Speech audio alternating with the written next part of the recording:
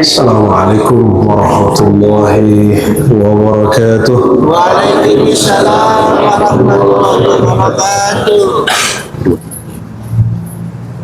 Alhamdulilladzi bini'matihi tatimmus shalihat. Asyhadu an la ilaha illallah, asyhadu anna Muhammadan abduhu wa rasuluh. Allahumma shalli ala afdalil wujud, afdalil khalqi sayyidina Muhammad wa ala alihi wa ashabihi ajma'in wa ba'du.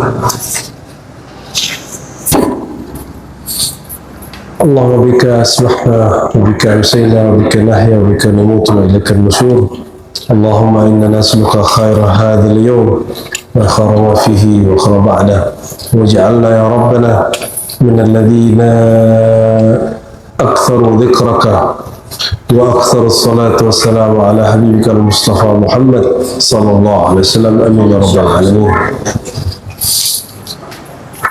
Para habaib, para kiai, para masyayikh dan jemaah subuh yang diberkahi Allah, pagi ini saya akan membacakan satu hadis qudsi yang sering kita baca dari dulu, ya.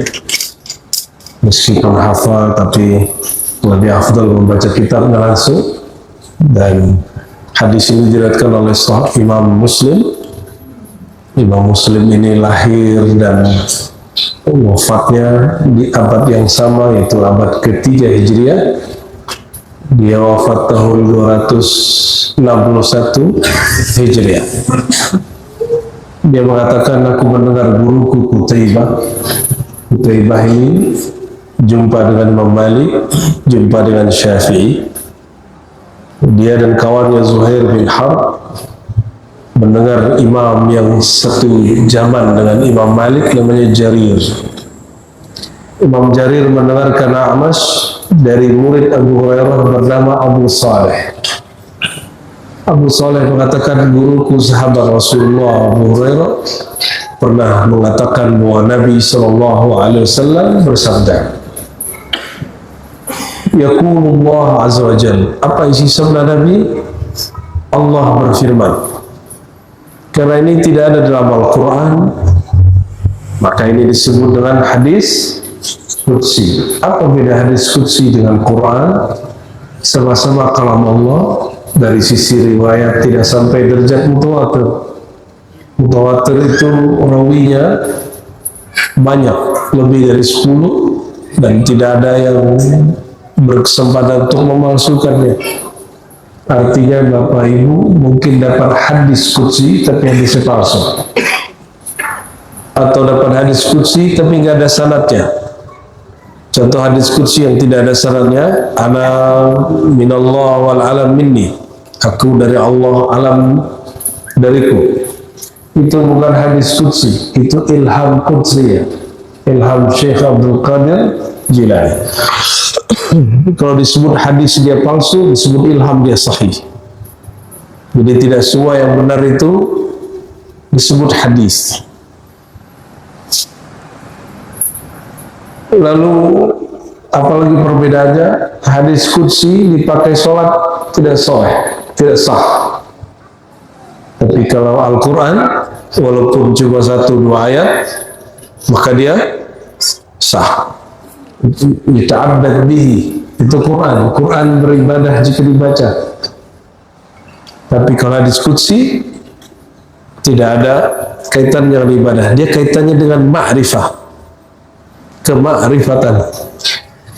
Al-Quran isinya tasyri', berisi syariat, sedangkan hadis qudsi kebanyakan berisi kemakrifatan. Ya. Para ulama pewaris para nabi, yang diwariskan bukan lagi wahyu tasyri', wahyu syariat, yang diwariskan hanya ilham kemakrifatan. Jadi mungkinkah sampai hari ini ada wali Allah bercakap-cakap berkalam dengan Allah? Mungkin, tapi hanya bab makrifat, bukan bab syariat. Syariat sudah selesai. Dan Bapak Ibu Tuhan sekalian bisa cek nanti kalam-kalam Imam Junaid, Imam Shibli, Syekh Abdul Qadir Jilani, Al-Jili, Ba'uddin Syah Naqsyabandi. Kalau di kalangan Sadah Ba'alawi itu ada Imam Ja'far Shadiq, itu bukan Syiah, itu Imam Ahlus Sunnah. Ya, walaupun orang Syiah klaim itu imam dia, urusan mereka. Ja'far Shadiq dari sisi ibu zuriat Abu Bakar, dari sisi ayahnya zuriat Sayyidina Ali. Mungkinkah seorang cucu mencaci kakeknya? Mungkin enggak? Mungkin. Sedangkan Syiah Rafidah mencaci Abu Bakar Siddiq. Itu Ja'far Shadiq hari-hari merasakan dialog dengan Allah Subhanahu wa Ta'ala. Salah satu yang dia dengar dalam zikirnya, dalam tawajuhnya kepada Allah, kata Allah kepada Sayyidina Ja'far, selama engkau berjuang untuk agamaku, aku jamin rezekimu. Itu kepada siapa? Ja'far Shadiq. Dan boleh jadi kalam ini diulang lagi kepada wali-wali setelahnya. Ya. Adapun hadis qudsi yang kita baca pada pagi ini, hadis barangkali para kiai, para jamaah subuh biasa dengar ya. Bismillahirrahmanirrahim. Yaqulullah azza wa jalla, Allah Subhanahu wa ta'ala berfirman, ana inda zanni abdi bi. Sering dengar? Tapi itu baru satu potong, ini potongannya segi 7. Aku di sisi zon, persangkaan hambaku terhadapku. Kalau diartikan dengan kalam yang lain, aku berdasarkan keyakinan hambaku. Jika hambaku tidak yakin kepadaku, aku pun tidak akan berikan apa yang diyakini. Allah itu dekat apa jauh? Benar dekat. Rasanya dekat apa jauh? Rasanya masih jauh. Nah, itu rasa. Maka guru kami mengartikan zon itu rasa. Aku merasakan rasa yang dirasakan hambaku. Idan az-zan imma bimakna az-zan fi al-lugha atau al-yaqin atau al-dhawq. Jadi zan itu bisa berarti persangkaan, yakin, atau yang ketiga rasa. Apa perasaan hambaku kepadaku? Aku akan berikan timbal balik. Oleh karenanya husnuzan billah min afdalil qurban.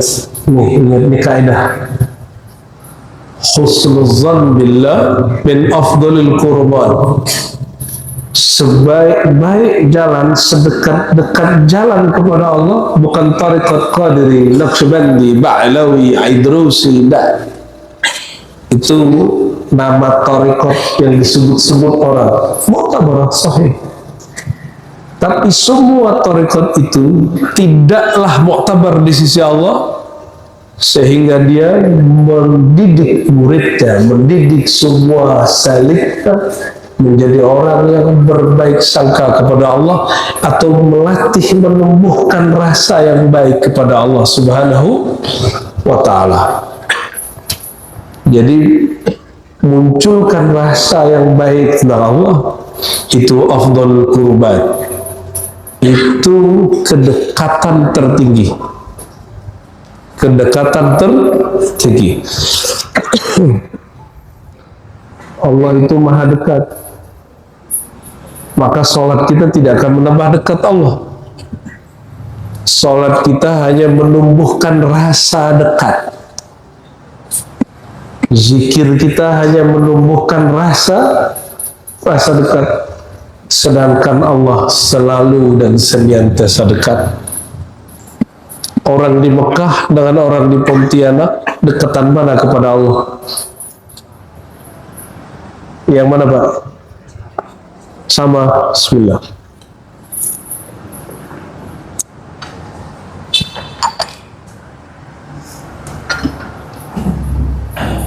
Orang di gunung sama di kaki gunung dekat mana ke Allah? Kau tahu? Kata Ibnu Taimiyah nih, Habib, orang yang di gunung lebih dekat ke Allah. Ada di kitabnya. Orang yang posisi lebih tinggi di bumi lebih dekat kepada Allah pada di bawah. Karena mereka meyakini, Ibnu Taimiyah dan pengikutnya meyakini Allah benar-benar di atas.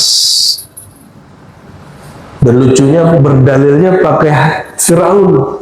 Kata Fir'aun, wahai Haman ibni li sarha, ya, tolong bangunin buatku tangga. Maka bagi pengikut Ibnu Taimiyah, ya, ini mohon maaf, kenapa ente berdalil pakai Fir'aun? Walaupun dikisahkan di Quran, Fir'aun itu tidak kenal Allah. Apa kata mereka? Fir'aun aja yakin Allah ada di langit di atas. Mengapa kalian gak yakin? Maka orang yang gak meyakini Allah di atas lebih sesat dari Fir'aun. Ihada ayu kalam hada, ya. Itu jadi sebenarnya akidah yang meyakini Tuhan di atas itu akidah Fir'auniyah. Akidah, ya, ansahtu nafsi wa iyyakum, ya, saya nasihati diri saya dan orang-orang yang meyakini Tuhan di langit. Ya, jaddidu imanakum bi qauli la ilaha illallah, perbaharui lagi iman kalian dengan banyak-banyak baca la ilaha illallah. Salah satu makna la ilaha illallah itu laisa kamitslihi syai', meyakini bahwa Allah tidak berupa bertempat. Nah, ini hati-hati. Wajahnya nanti kelihatan Pak kalau Tuhan di langit. Ini saya cek dulu ya. Ini ada gak wajah yang meyakini Tuhan di atas? Wah, insya Allah pagi ini aman. Allah maha tinggi, tapi tinggi zatnya bukan benda, zatnya bukan arah. Kenapa? Dia bukan jisim, dia bukan benda. Karena dia bukan benda, tidak berlaku kepadanya hukum arah.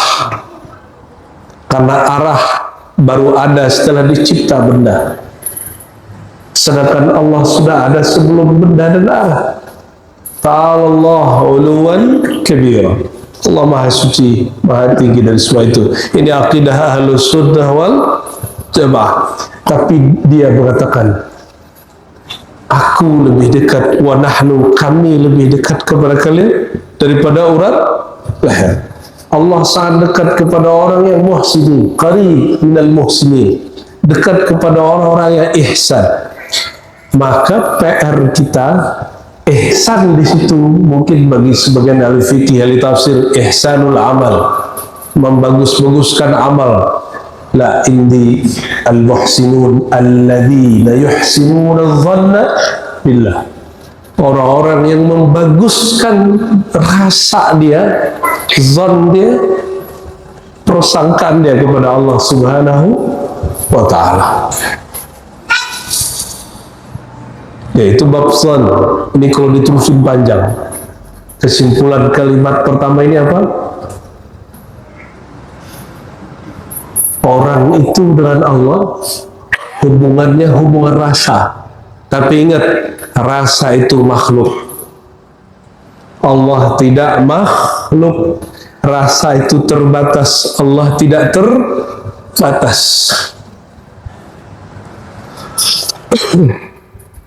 Jadi rasa itu diasah, bukan dicari. Karena rasa itu sudah ada, cukup diasah, tidak usah dicari-cari, karena dia bukan Tuhan. Ilahi anta maksudi wa ridhaka matlubi, yang kita cari itu Allahnya. Rasa bertuhan itu otomatis muncul, ya. Wa ana mahu hina yazkuruni. Nah, bagaimana cara mengasah rasa? Ana ma'ahu, aku bersamanya. Aku akan memberikan rasa bersama. Kapan? Hin, di saat yazkuruni, pakai fi'il mudhari, di saat dia sedang menyebut-nyebut namaku, di saat dia mengingat-ingat tentang aku, di saat dia sedang membicarakan tentang aku, di saat dia sedang membaca kalam aku. Ana ma'ahu aku bersamanya di saat dia berzikir kepadaku. Jadi bagaimana cara mengasah rasa? Ada dua. Satu, al-yaqin bima'iyyatillah, keyakinan bahwa Allah selalu bersama. Bersama siapa? Ini yang kedua, saat kita berzikir kepada Allah SWT. Maka kebersamaan itu bertingkat. Ada kebersamaan saat menyebut nama, sebut la ilaha illallah, la ilaha illallah, la ilaha, itu kebersamaan pada sebut nama. Ada rasa, nggak ada rasa, Allah bersama. Namun ada yang kedua, zikir itu tidak ada nyebut, orang ingat tanpa menyebut, itu pun zikir. Wazkur rabbaka fi nafsik, sebut, ingat Rabbmu di dalam jiwamu. Nah, ini zikir khafi. Zikir khafi nggak nyebut lagi. Zikir khafi, maka kalau ada zikir di kolbu masih nyebut, itu latihan zikir khafi. Khafi artinya zikir halus. Wazkur rabbaka fi nafsik, itu mengingat-ingat. Apa yang diingat? Kita kalau ingat orang, yang kita ingat sifatnya. Maka ingatlah sifat-sifat Allah Subhanahu, kebaikan-kebaikan Allah Subhanahu wa ta'ala. Itu cara ingatnya. Nah, ingat begini lebih tinggi daripada menyebut. Bal inda ba'di masyaikhna az-zikrul khafi afdal min 70,000 min az-zikr al-jahri. Zikir dengan khafi, ingat, 70,000 kali lipat di atas zikir dengan menyebut-nyebut tapi tidak ingat. Oleh karenanya, semakin orang itu tinggi atau dalam kewaliannya, semakin dia khafi zikirnya. Dan afdal zakirin, sebaik-baik orang-orang zikir, orang-orang yang menyembunyikan zikirnya. Itu yang disebut ya ayyuhallazina amanu dzkurullaha dzikran katsira. Wahai orang-orang yang beriman, zikirlah sebanyak-banyaknya. Zikir khafi dihitung lebih banyak dari zikir lisan. Bukan angka. Angka itu cuma latihan. Jadi wajib belajar ilmu zikir khafi. Maka belajar thariqah lah. Ya, belajar thariqah Naqsyabandiyah, Qadiriyah, Syaziliyah, itu semua thariqah diajarkan oleh zuriat Nabi Muhammad SAW atau zuriat para sahabat radhiyallahu anhum. Silsilah Naqsyabandi, di atasnya ada Said Mirkulal, ada Mahmud Injil Faghnawi, ada Ali Ramitan, Azizan, itu semua zuriat. Jadi nggak ada istilah khusus, misalnya zuriat Ba'alawi satu thariqah, tidak. Di Ba'alawi ada thariqah Haddariyah, ada Aidrusiyah, macam-macam. Ya, di Syazili sendiri pisah lagi. Bapak Ibu surah Allah, jalan kepada Allah banyak. Ya.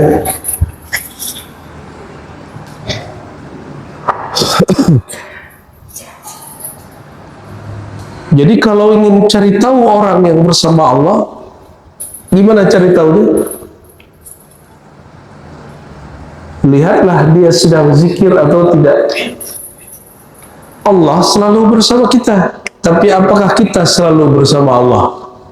Ya, Allah selalu bersama kita, betul nggak? Pernahkah Allah satu detik lepas dari kita? Pernah nggak? Tapi kita ini tidak setia kepada Allah. Kita sering melepas rasa bertuhan kepada Allah Subhanahu wa ta'ala. Betul ya? Masalah dikit kita lupa, dipuji dikit lupa diri. Ini wajah siapa yang kasih? Siapa yang bikin? Jadi kalau orang puji wajah, siapa yang terpuji? Allah Subhanahu wa ta'ala. Alhamdulillah, maka pujian milik Allah. Ini suara siapa yang bikin? Maka kalau orang puji suaranya bagus, pujian buat siapa? Allah. Dan beruntungnya orang yang dipuji wajahnya, jasadnya, hartanya, akhlaknya, dia sebenarnya sedang diikutkan dalam fi'il perbuatan Allah Subhanahu wa ta'ala.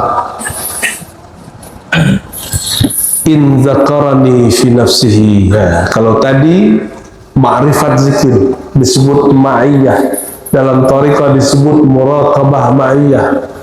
Muraqabah apa? Ma'iyah, merasakan diintai atau dibersamai Allah. Bismillah.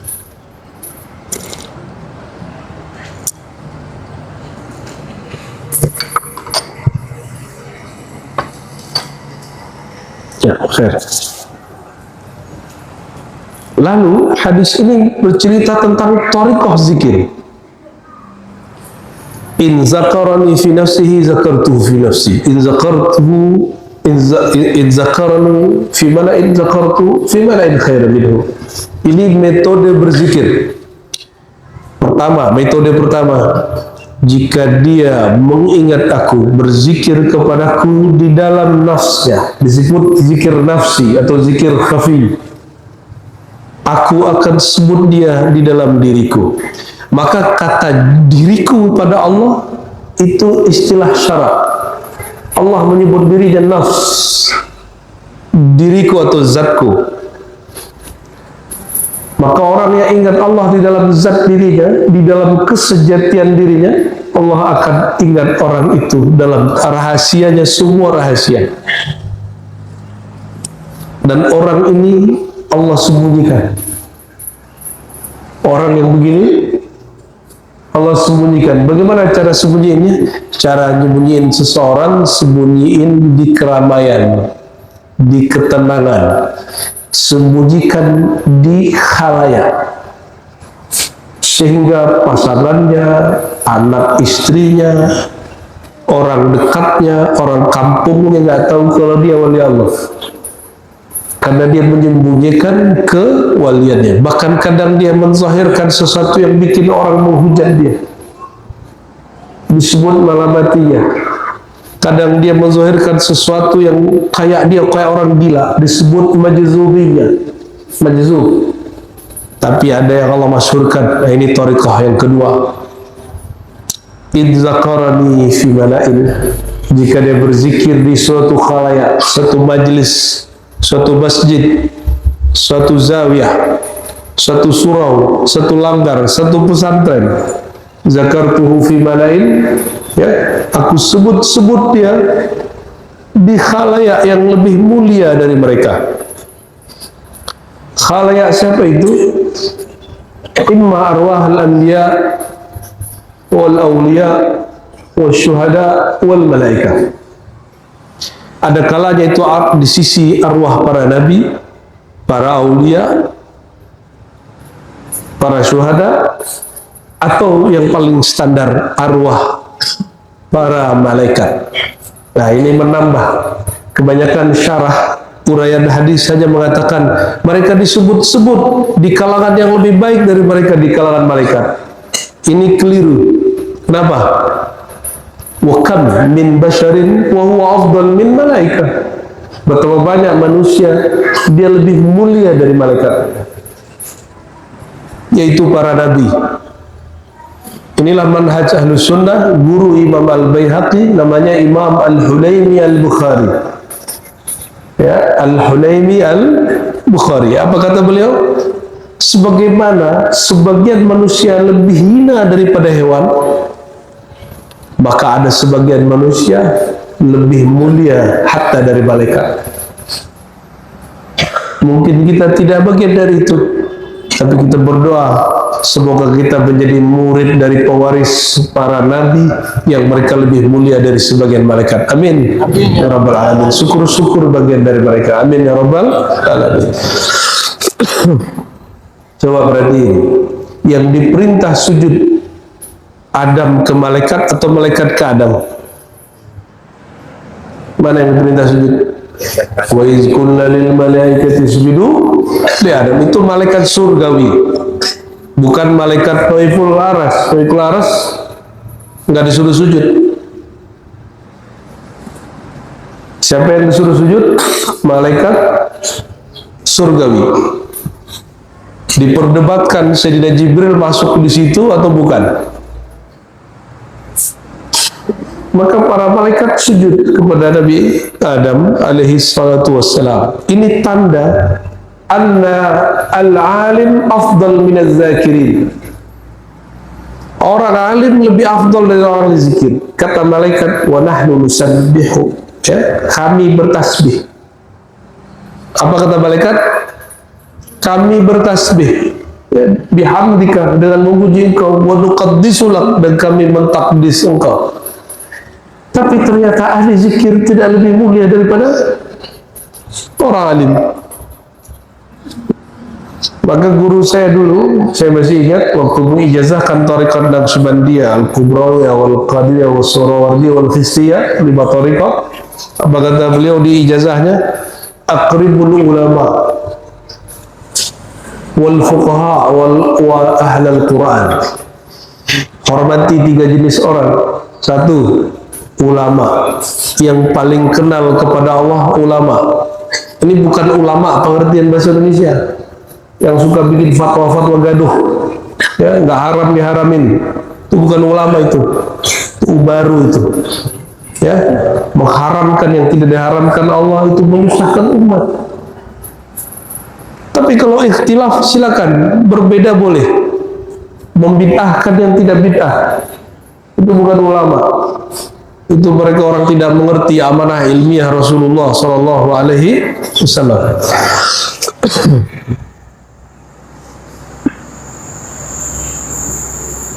Kita lanjut, hadis masih panjang, ya. In zakarani fi nafsihi, jika dia sebut aku, jika dia kenal aku di dalam dirinya. Ini thariqah. In zakarani fi nafsihi, jika dia kenal aku pada dirinya. Kalau terjemahan biasa apa? Jika dia sebut aku dalam dirinya. Itu terjemahan awam. Ya, syarhul khawas, syarah dari guru-guru kami yang arif billah. Apa katanya? Jika dia kenal aku melalui kenal dirinya. Zakartuhu fi nafsi, aku akan kenal dia di dalam diriku. Ini martabatul arifin, martabat orang-orang arif billah. Orang begini nggak nunggu nangis itu hidup susah dulu. Orang begini nggak nunggu ridho Allah itu kok Ka'bah dulu, enggak. Kenapa? Dia sudah kenal hakikat dirinya. Dirinya dari apa, sumbernya dari mana, sehingga dia tahu bahwa dirinya yang sebenar dirinya, kesejatian dirinya sangat dekat dengan yang maha sejati, Allah Subhanahu wa ta'ala. Wa id zakarani fi malain, jika dia mengingat aku, membicarakan tentang aku di khalayak, aku akan bicarakan dia dalam khalayak. Berarti jadi kalau ada Kiai Ustadz Habib, monggo. Ini thariqah viral. Mau viral? Viral itu bukan memviralkan diri. Viral itu bicarakan Allah, bicarakan Rasulullah dalam khalayak, di keramaian. Sekarang keramaian itu ada 2, ada offline, ada on. Bicarakan tentang dia di mana saja, maka Allah angkat. Karena dia maha tinggi, dia selalu tinggi. Dan orang yang membicarakan itu akan diangkat otomatis oleh Allah Subhanahu wa ta'ala. Jadi jangan makan hati kalau ada ustadz muda baru terkenal, ya, kan muncul nih, ya, ustadz baru pulang, ya, dari Timur Tengah naik, ada yang nggak Timur Tengah, cuma di pesantren naik. Jangan kemudian cemburu atau iri dengki. Kenapa mereka Allah angkat? Karena mereka membicarakan Allah Subhanahu wa ta'ala. Indonesia sudah melewati masa zikir nyebut-nyebut. Masa Ustadz Arifin Ilham, masih ingat? Ya, masih ingat? Dulu itu tahapan, beliau itu nyebut Allah di keramaian. Belum bicara Allah, beliau tidak bicara ma'rifat, hanya zikir. Dan dia bukan tamatan Timur Tengah. Dia bukan tamatan IAIN atau UIN, orang umum. Tapi Allah izinkan karena dia sebut-sebut Allah di keramaian, maka dia disebut di khalayak. Ya, yang lama udah tua ngaji di Timur Tengah enggak juga masyhur-masyhur. Kenapa? Disibuk sama dirinya, enggak sibuk dengan Allah Subhanahu wa taala. Sibuk jelek-jelekin Ustaz Arifin, tapi tidak sibuk menjelekkan dirinya di hadapan Allah Subhanahu wa taala.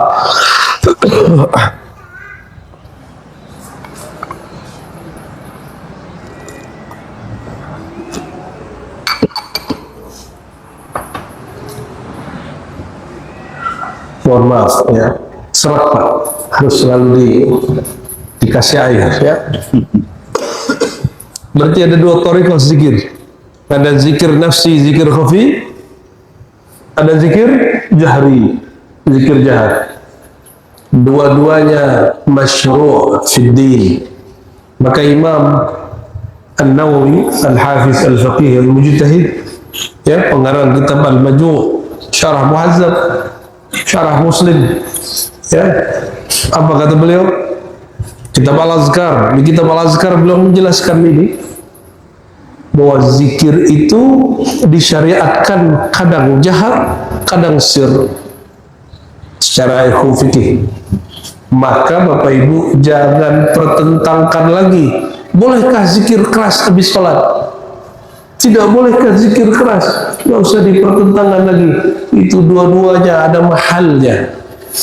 Dan ulama ahlus sunnah yang mengerti sunnah, yang mengerti dalil, mereka tidak ada yang tidak tahu bahwa zikir ba'da sholat dengan zikir jahar itu masyru', itu dianjurkan.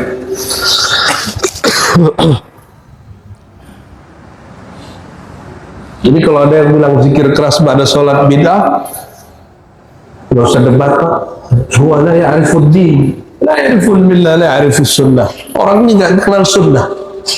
Kalau nggak kenal sunnah, berdebat sama orang jahil sampai kiamat nggak selesai. Maka ente nggak usah debat sama orang-orang begitu. Kalau ada orang bilang zikir ba'da sholat bid'ah, ya sudah tinggal aja dia. Ya, kalau ente mau tahu ngaji, ya, di Sahih Bukhari, di Sahih Muslim, di Sunan Abi Dawud, Tirmizi, Nasai, Ibnu Majah, Ahmad, Malik, Sunan Al-Kubra, Al-Baihaqi, semuanya jelas bahwa zikir jahar ba'da salat itu sunnah Nabi Muhammad sallallahu alaihi wasallam. Kata Ibnu Abbas, kunna na'rifu, kami betul-betul tahu, kunna na'lamu, di Sahih Bukhari, kami betul-betul tahu. Apa beda na'rifu dengan na'lam? Na'lam itu betul-betul tahu. Ya, indan qidai, ya, ketika mereka selesai, ya, salat, yarfa'un, mereka mengangkat suaranya berzikir, yukabbirun, mereka menyebut takbir itu keras-keras, subhanallah, subhanallah, subhanallah, la ilaha illallah. Itu sahabat Nabi radhiyallahu ta'ala anhu. Hatta ja'a Malik, sampai datang dua sahabat setelahnya Imam Malik. Karena Imam Malik ini imam yang toleran. Malik bin Anas, guru Imam Syafi'i, wafat tahun 179 Hijriah. Beliau ini karena tahu di Madinah itu banyak sahabat Nabi punya murid dan hadisnya lain-lain. Kalau semua orang mengeraskan suara berzikir, itu masjid jadi ribut. Maka beliau mengatakan, rafus saut bidzikr bid'ah. Mengangkat suara dengan zikir bid'ah, itu maksudnya yang bikin ribut rusuh di masjid. Imam siapa? Imam Malik. Guru siapa? Guru Imam Syafi'i. Wa in taqarraba minni shibra taqarrabtu ilaihi dhira'a. Ini bab ma'rifat. Siapa yang mendekat kepadaku shibra, satu jengkal, aku mendekat kepadanya satu hasta. Siapa yang mendekat kepada kuzira, satu hasta, aku mendekat kepadanya satu depa, tolongan. Wa in atani yamshi ataituhu harwala. Jika dia datang kepadaku berjalan, aku datang kepadanya lebih cepat lagi. Harwala. Harwalah secara harfiah berarti jalan-jalan, lari dengan agak sedikit cepat. Allah lari nggak Pak? Allah lari-lari nggak? Ada yang ngerti Allah lari? Maka hadis ini, hadis qudsi, kata Ibnu Rushd, ya, rahmatullah alaih, ada riwayat, ada hadis, ada lafaz, kalau dipahami secara harfiah boleh kufur jadinya. Ya, yang meyakini Allah lari-lari itu kufur, Pak. Menurut Ibnu Rushd. Terus apa maksud dari lafaz ini? Kamu berzikir satu, Allah mendekat kepadamu dengan memberi 10. Kamu berusaha mencari rasa bertuhan, Allah akan anugerahi rasa yakin. Kenapa? Orang semakin dia mengenal Allah, semakin rasa bertuhan itu tiada batas. Oleh karenanya Bapak Ibu, orang kalau sudah belajar zikir, itu gak ada puasnya zikir, gak ada puasnya khusyuk. Dia akan setiap hari tidak merasa khusyuk. Maka saya sampaikan kepada antum yang sudah belajar zikrullah, selamat datang di gerbang Anda tidak lagi merasa khusyuk. Khusyuk itu Bapak Ibu, aslul khusyuk al-ma'rifah billah wal hudur bihi. Pokok daripada khusyuk itu kenal Allah dan merasakan hadirnya hati kepada Allah. Itu pokok zikir, pokok khusyuk. Dan rasa ini nggak ada batasnya, tidak ada batasnya. Maka orang kalau sudah merasa begitu, dia besok akan hambar lagi, dia pengen rasa yang lebih tinggi lagi. Bapak Ibu saudara saudari yang bukan Allah, berdasarkan hadis ini kita simpulkan bahwa hubungan kita dengan Allah hubungan zan atau hubungan zauq, hubungan rasa. Maka carilah ilmu yang dapat merawat rasa bertuhan kepada Allah SWT. Dan yang kedua, zikir itu ada dua tingkat. Ada zikir ma'rifat, zikir mengenal, itu di dalam diri, di dalam zat. Ada zikir syariat, zikir yang hanya menyebut-nyebut. Ya, kalau digabung, fahuwa kamilun mukamil, itulah sempurna.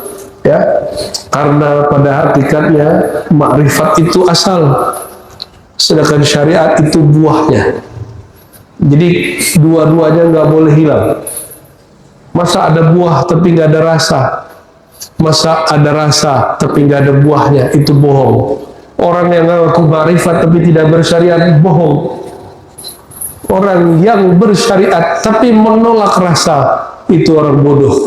Kenapa? Masak makan gak ada bumbunya, itu bodoh gak? Bertahun-tahun sholat tidak ada rasa, kok ente bisa bertahan? Siapa yang bodohin ente itu? Ya, mungkin guru yang juga tidak khusyuk, ya, lalu mendidik kita, ngancam kita. Maka sholat khusyuk bukan karena diancam, bukan karena diiming-imingi surga, bukan karena diancam-ancam dengan siksa Allah. Salat khusyuk itu salat yang dia kenal Allah dan dia merasakan hadirnya Allah Subhanahu wa ta'ala. Barangkali ya, itulah hadis qudsi riwayat Imam Muslim, adanya di dalam Kitabul Azkar bab zikir. Silakan dilihat ya, masih jilid 2 ya. Semoga Allah Ta'ala jadikan yang hadir pagi ini orang-orang yang berseri-seri wajahnya karena mendengarkan sabda Nabi Muhammad SAW. Karena beliau mengatakan, nadarallahu mra'an sami'a maqalati, Allah akan bikin wajah orang yang dengar kalamku berseri-seri ya. Dan kata beliau ya, di ujung hadis itu, farubba muballighin aw amin sami', bisa jadi yang mendengar jamaah lebih ngerti dari ustadznya, bisa jadi. Siapa tahu di antara antum ada yang Allah bukakan rasa di kolbunya lebih kencang dari ustadz di depannya, boleh jadi. Ya, itulah orang-orang yang mengingat aku di dalam kesejatian dirinya. Ya, Allah marzuqna ma'rifataka wa mahabbataka wa muraqabataka wa musyahadataka. Ya Allah, izinkan kami merasakan nikmatnya bertuhan kepada Engkau, nikmatnya merasakan cinta kepada Engkau, nikmatnya merasa dipandang oleh Engkau, dan nikmatnya merasa memandang kepada Engkau. Bihaqqi Rasulullah sallallahu alaihi wasallam fastajib da'watina amin ya rabbal alamin. Ada tanya jawab? Malam tadi nggak jadi tanya jawab kan? Nah, monggo. Tapi nanya ya, bukan debat ya. Kalau debat kita di kamar berdua. Ya, kasihan umat. Ya.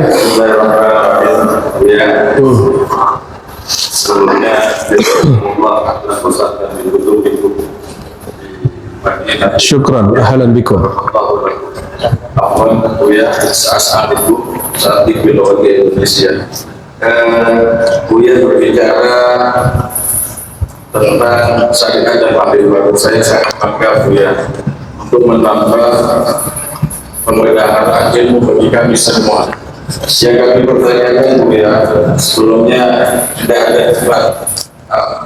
Buya sudah nyampaikan tidak ada debat. Pertanyaannya Buya, apakah sholat syariat berbeda dengan sholat makrifat? Itu yang pertama Buya, mohon maaf. Yang kedua, kalau memang ada perbedaan Buya, karena mereka beranggap kita ini adalah syariat, bukan makrifat.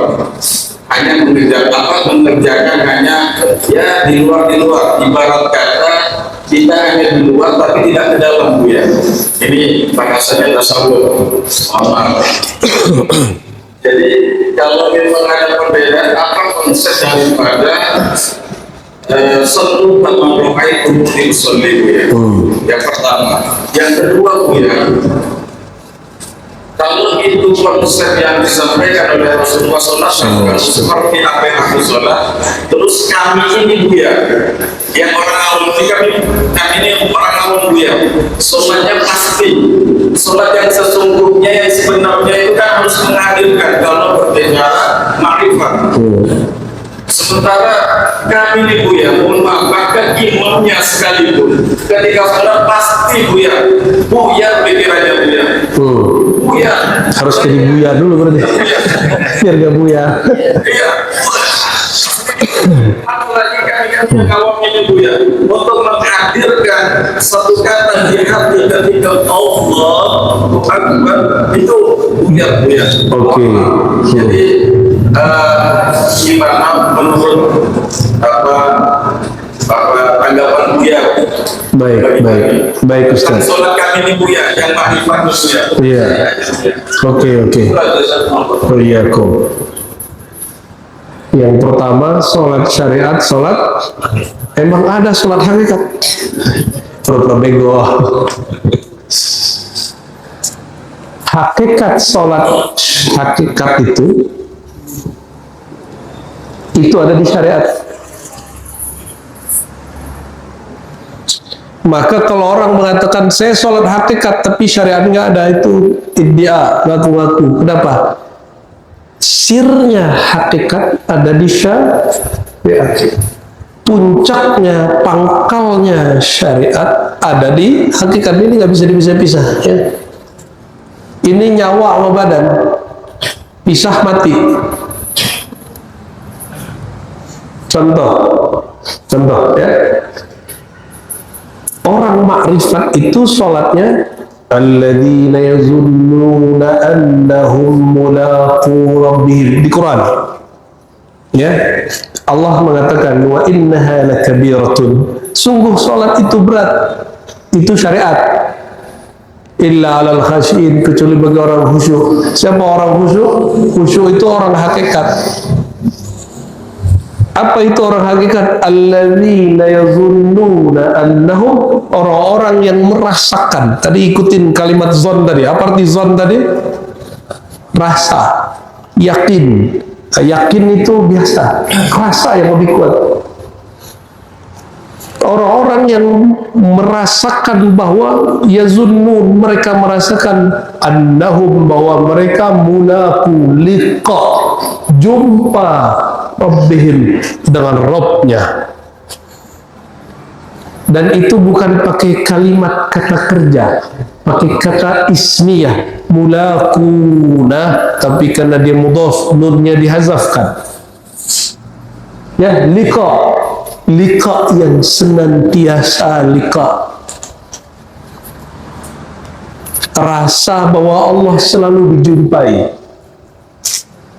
Meskipun kadang kita kemudian diberi lalai, tapi Allah selalu jumpa. Wa annahum, ini kedua, salat hakikat yang kedua, bahwasannya mereka rajiun, berpulang kepada Allah. Gimana cara pulang kepada Allah? Nah, itulah kalam Nabi. Kalau mau pulang kepada Allah, sallu, ikutin hadis keduanya, kama ra'aitumuni usolli. Ini terjemahannya dibenerin kiai, itu salah terjemah itu. Sholatlah seperti kamu lihat aku sholat, seperti aku sholat, itu keliru. Sholatlah seperti aku sholat, itu keliru. Yang tepat terjemahannya apa? Sholatlah kamu sebagaimana kamu melihat aku sholat. Lihat Nabi sholat gak? Sallallahu alaihi wasallam. Maka cari sahabat Nabi. Ada yang jumpa sahabat Nabi? Cari murid sahabat Nabi, tabi'in. Ada yang jumpa tabi'in, ya. Jumpa Sayyidina Abu Bakar, Umar, Utsman, Ali. Nah, yaudah, cari murid Sayyidina Ali. Siapa murid Sayyidina Ali? Bisa anaknya, bisa cucunya, bisa muridnya, Hasan al-Basri atau Hasan anak beliau. Nggak jumpa Hasan Basri, cari murid Hasan Basri. Ya, nggak jumpa murid Hasan Basri, cari murid ini terus. Pak, yang jumpa dengan Hasan Basri siapa? Al-Ujaimi. Al-Ujaimi jumpa dengannya Ma'ruf al-Kharqi, sezaman dengan Imam Syafi'i. Ma'ruf al-Kharqi jumpa dengannya Sirsuqti melihat dia sholat Junaid al-Baghdadi. Maka thariqat Junaidiyah itu thariqat sholat hakikat. Dan Imam Junaid mengatakan, Alkitab wa sunnah, kata beliau, nahnu muqayyadun bil kitab was sunnah. Kita ini berikat begini dengan kitab dan sunnah. Maka semakin orang bertariqah, bertasawuf, semakin kencang sunnahnya. Ya, wa ana syahidun ala dzalik. Saya lihat guru saya itu luar biasa. Semakin dia bertariqah, dia semakin mengamalkan sunnah.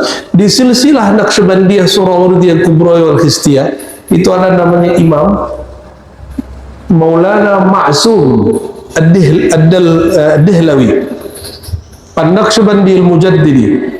Beliau ini ulama zuriat Sayyidina Umar. Pernah masuk masjid, lupa pakai tangan, pakai kaki kanan. Maka dia pingsan 3 hari 3 malam. Ketika masuk dia lupa, ingat, pingsan Pak 3 hari 3 malam. Berapa hari? Coba antum tadi masuk pakai doa, kaki kiri pakai kanan, kanan. Doanya lupa. Kalau imam masuk langsung dipingsan. Nggak ada kita yang sampai derajat begitu. Itu imam 5 thariqah, Naqsyabandiyah, Mujaddidiyah, Kubriyah, Khistiyah, Qadiriyah. Ada satu lagi saya lupa. Itu thariqahnya. Jadi setahu kami, orang semakin kuat berthariqah, bertasawuf, dia semakin terikat dengan sunnah-sunnah Nabi alaihi salatu wassalam. Ya, jadi orang yang bermanhaj sunnah itu menurut saya ahli tasawuf. Kalau ada orang bicara makrifat tapi tidak mengindahkan syariat, itu bukan tasawuf. Itu bukan tasawuf. Imam Junaid punya murid namanya Shibli. Shibli punya murid, ya. Ada Al-Maghribi, ada Abu Hasan Kharqani, terus ada jalur Naqsyabandi, ya. Ada jalur Imam Al-Farmadi, terus kepada Ghazali, ada Yusuf Al-Hamadani, Abdul Khalik Hujuri, terus sampai kepada zaman mursyid-mursyid hari ini. Jadi kalau tidak jumpa Nabi, carilah orang yang jumpa dengan orang yang jumpa dengan orang yang jumpa dengan orang yang jumpa Nabi Muhammad sallallahu alaihi wasallam. Itu yang disebut bersilsilah, bersanad. Oleh karenanya sholat kita sudah bersanad belum?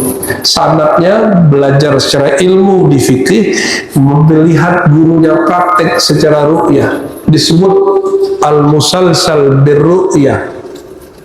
Al-musalsal biru'yah, ya, melihat seperti apa detailnya guru sholat. Guru ini juga lihat gurunya sholat, gurunya lihat gurunya sholat kepada sang maha guru Sayyidina Muhammad SAW. Walhamdulillah qad ra'aitu syaikhi yusalli. Saya melihat alhamdulillah guru-guru saya, mursid saya sholat, baik yang dari jalur ilmu fikih, aqidah, apalagi yang bertasawuf, dan sholatnya semuanya sama, yang berbeda rasa di antara mereka. Ya, wallahu a'lam bis-shawab. Ya, terjawab ya, cari guru, cari mursyid. Jadi jangan hadirkan satu huruf, nggak kuat antum.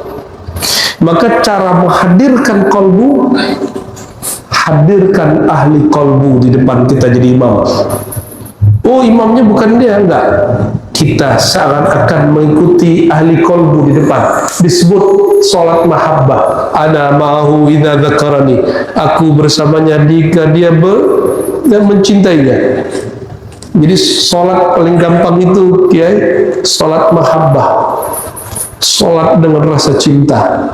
Cinta, sebelum cinta kepada Allah, cinta dulu kepada Rasulullah. Dan sebelum cinta Rasulullah, belajar cinta dululah kepada pewaris Rasulullah. Maka orang yang meniadakan guru, menolak ikut imam, langsung saja kepada Rasulullah, itu cintanya terputus, dan putusnya banyak. Karena jarak kita dengan Nabi, kalau lewat Sahih Bukhari bisa 20-an orang, kalau lewat Thariqah bisa 40 orang. Ya, di Thariqah Naqsyabandi saya ada yang nomor 36, ada yang jalur 39, ada yang 40, ada yang 41. Itu antara kita dan Nabi.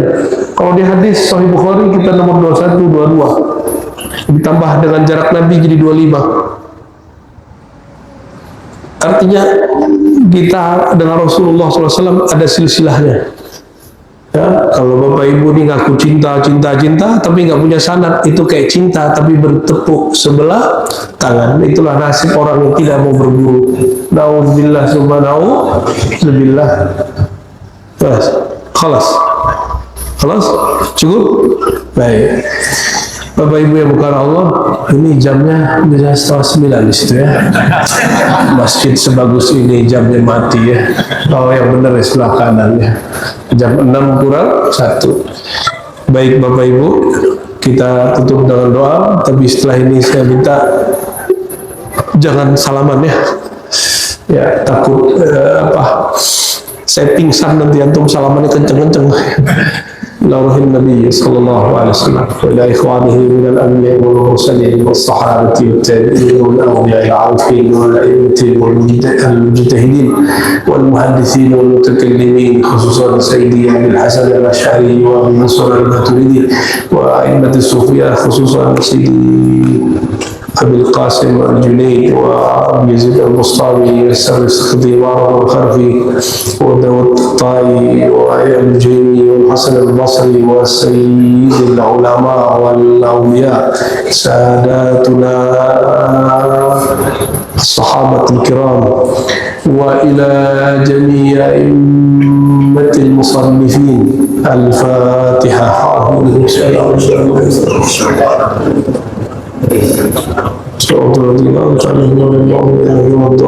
اللهم يا الله بحق الفاتحة وصل على سيدنا الفاتح. اللهم يا فتاح يا فتاح يا فتاح صل على سيدنا محمد الفاتح لما أغلق والخاتم لما سبق وأسأل الحق بالحق والهادي إلى صراطه المستقيم وعلى آله حق قدره ومقداره العظيم. Allahumma ya Allah yang maha membuka pintu langit, yang maha membuka pintu bumi, yang maha membuka pintu pintu surga.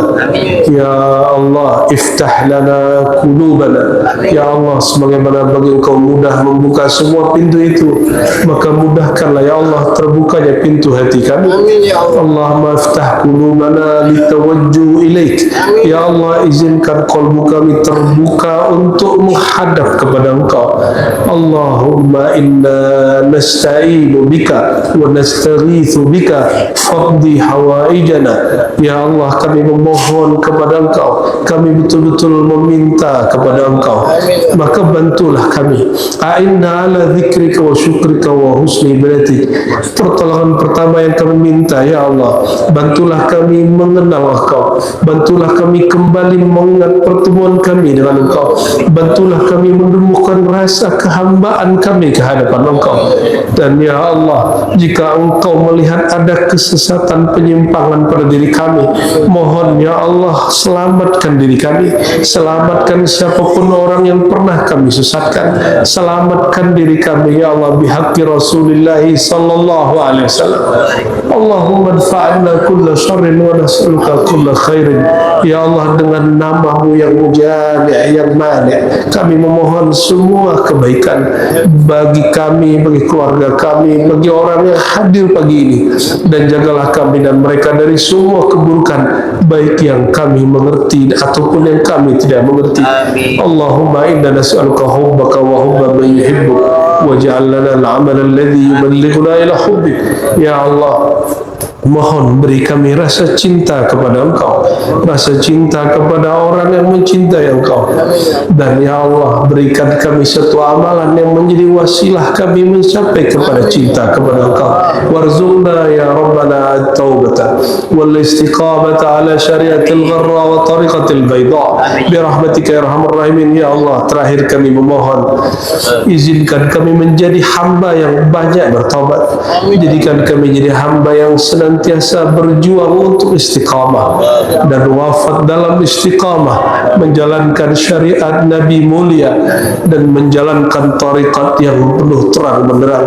Rabbana atina fid dunya hasanah wa fil akhirati hasanah wa qina adzabannar. Wa sallallahu ala sayyidil wujud sayyidil qaunain jaddil hasanain wa ala alihi wa ashabihi ajma'in walhamdulillahi rabbil alamin. Sallallahu ala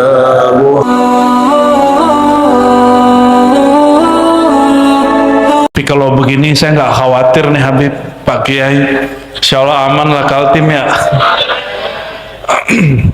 Yang saya hormati Pak Haji Alimuddin dan istri ya Bu Hajah Marwiyah ya, dan semua para masyaikh, para habaib. Bingung banyak bener nih. Ya. Saya dari dulu meyakini salah satu mujizat Nabi Muhammad sallallahu alaihi wasallam adalah baqa'u dzurriyyatihi,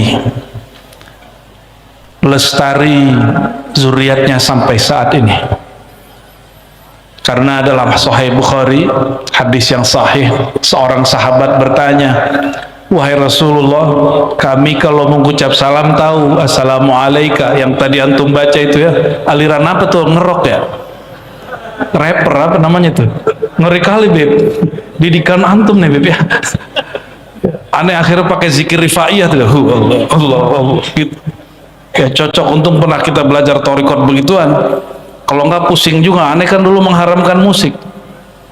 Kalau nggak pernah belajar thariqat yang pakai musik, waduh masya Allah ya, gedek beneran yang main itu.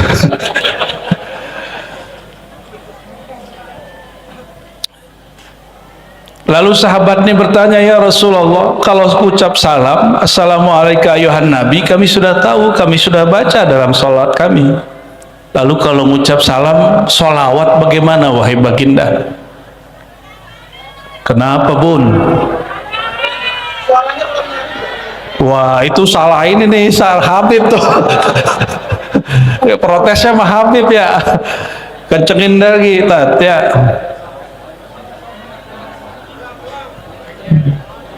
Tes, sudah kenceng belum? Udah nyampe belum? Wah speakernya harus taruh di situ atuh tuh.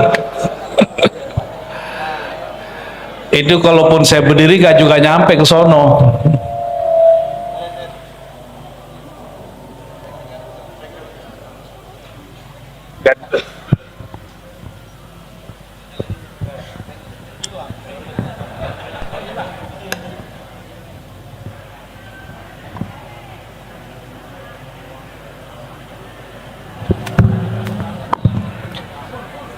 Tes.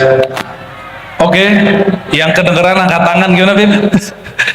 Ya, nggak nyampe. Aduh, dari kita lanjut dulu ya. Nanti biar tim Timudin yang urus ya. Sampai di mana tadi?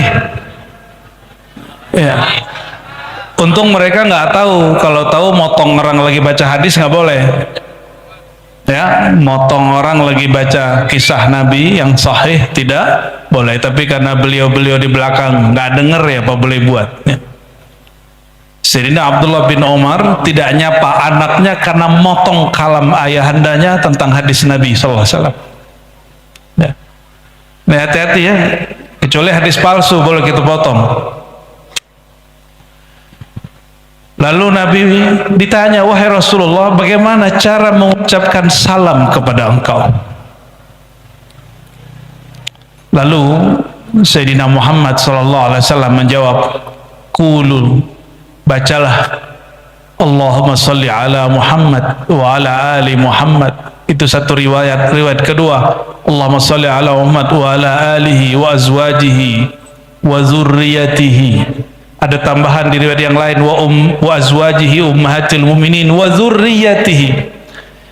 Sampaikan salawat dan salam kepada sang Nabi Muhammad, keluarganya, istri-istrinya dan zurriyatnya. Maka baqa'u dzurriyyatil Mustafa sallallahu alaihi wasallam min mu'jizatihi. Jadi adanya zuriat Nabi sallallahu alaihi wasallam itu tanda mukjizatnya bekerja.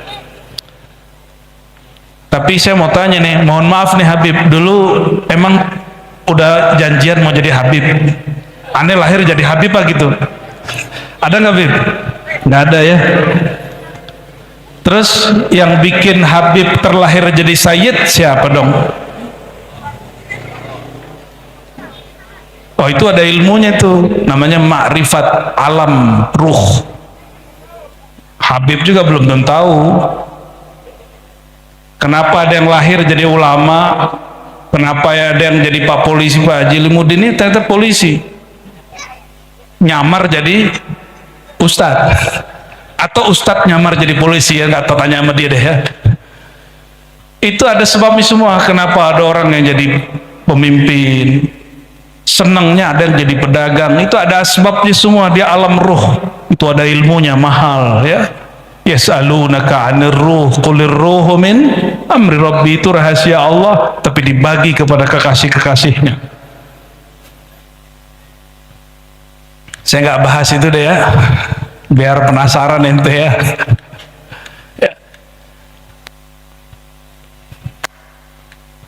Nggak ada saya milih lahir jadi orang Indonesia, jadi orang Indonesia. Ada yang milih pengennya jadi orang Indonesia apa jadi orang Brunei? Brunei? Wah, ente nggak pernah ke Brunei sih ya. Pengen jadi orang Indonesia atau jadi orang Saudi? Saudi. Ente nggak pernah tinggal lama di Saudi, makanya ngomong begitu. Coba tanya sama beliau-beliau ini, bisa nggak buat maulid di Saudi, Habib?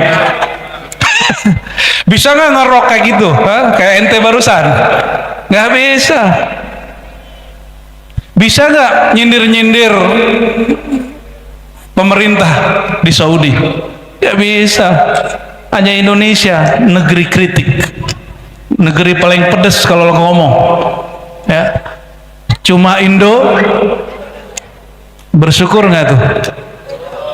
Coba kalau di Saudi ente kumpul aja 10 orang baca ya Nabi salam alaika, askar datang dibubarin.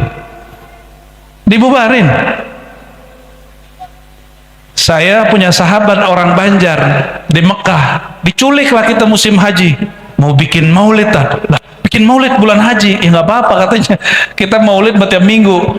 Datanglah saya, masya Allah, itu kita naik perumahannya, kompleknya itu naik gunung, waduh capek pegelnya bukan main. Habis itu masuk rumah, itu lantai 3 dikunci semua, jadi nggak kedengeran keluar. Katanya kalau kedengeran bisa dibubarin. Sama tetangga kita juga begitu. Yang ente bilang pertama tadi itu, Sama. Sahib kita tamatan Hadramaut tidak punya tauliah, itu bikin maulid di apartemen, dikunci semua pintu. Di sini Habib pakai tauliah nggak Bib? Pakai izin nggak bikin maulid Bib? Nggak ada. Maka para habaib harus kasih contoh kepada kami rasa bersyukur tuh kayak gimana ya Bib ya. Ya bersyukur kalau di sini negeri yang boleh kita bebas beragama, bebas bikin maulid. Oh ini kalau di luar negeri Pak, ini bisa dibubarin nih, udah pakai jalan separuh Pak ya, bener, separuh jalan kita udah pakai. Tadi pejabat lewat nggak dibubarin kita. Alhamdulillah. Masih protes jadi orang Indonesia.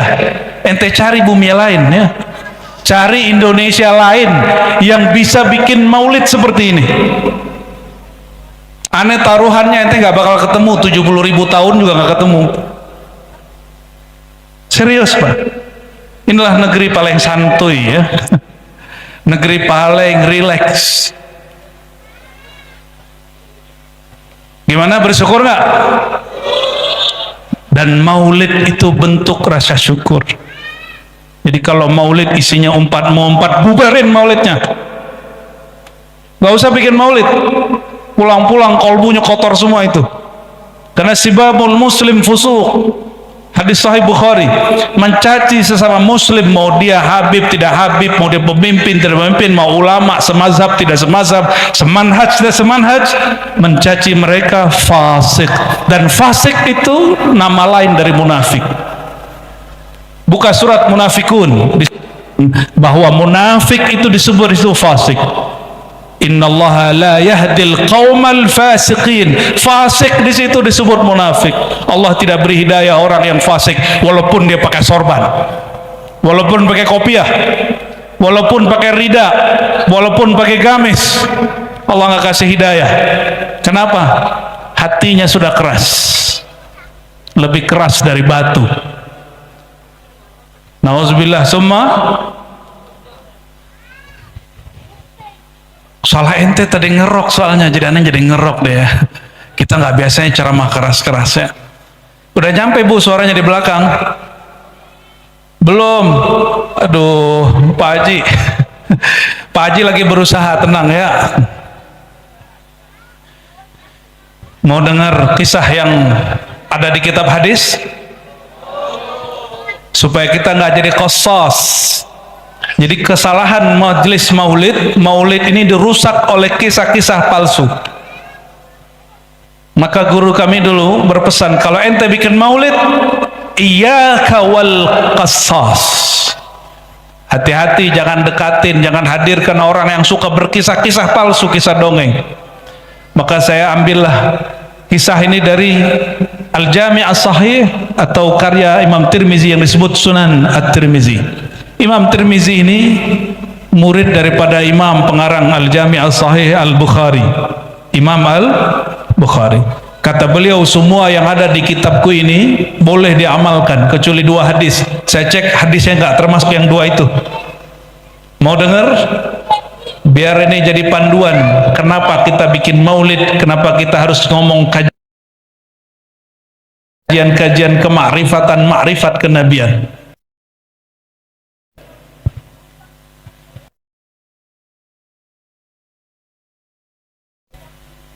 Diriwayatkan dari Sayyidina Abdullah bin Abbas radhiyallahu taala anhuma.